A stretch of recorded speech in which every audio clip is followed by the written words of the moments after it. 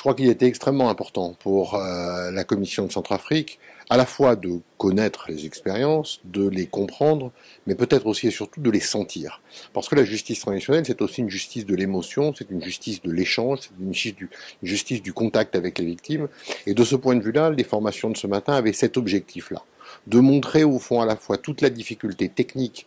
procédurale et surtout humaine de l'exercice de la justice transitionnelle, et donc le partage de situations, le partage de moments d'émotion qui se sont déroulés devant d'autres commissions vérité est effectivement un instrument extrêmement important de formation et d'appropriation de ces mécanismes par les commissaires. Ils vont rencontrer des victimes qui ont vécu des drames absolument incroyables, d'une extrême intensité, qui sont marqués par des traumatismes très profonds, et au fond, ils vont devoir écouter ces traumatismes sans avoir nécessairement à les qualifier juridiquement, donc à les faire rentrer dans un moule, et il faut accepter par exemple que dans ce processus, la vérité objective s'accompagne d'une vérité plus subjective, plus ressentie, la vérité du traumatisme, au fond la vérité de la violence, et c'est aussi une vérité dialogique qui s'instaure avec le dialogue entre les auteurs, les victimes, les bourreaux, ceux qui ont participé de quelque manière que ce soit à ces événements. Et donc cette construction, cette co-construction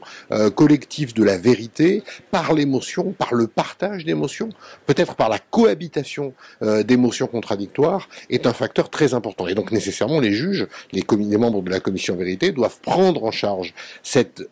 pluralité d'émotions pour la transformer en un vecteur de dépassement, de reconstruction et éventuellement de réconciliation.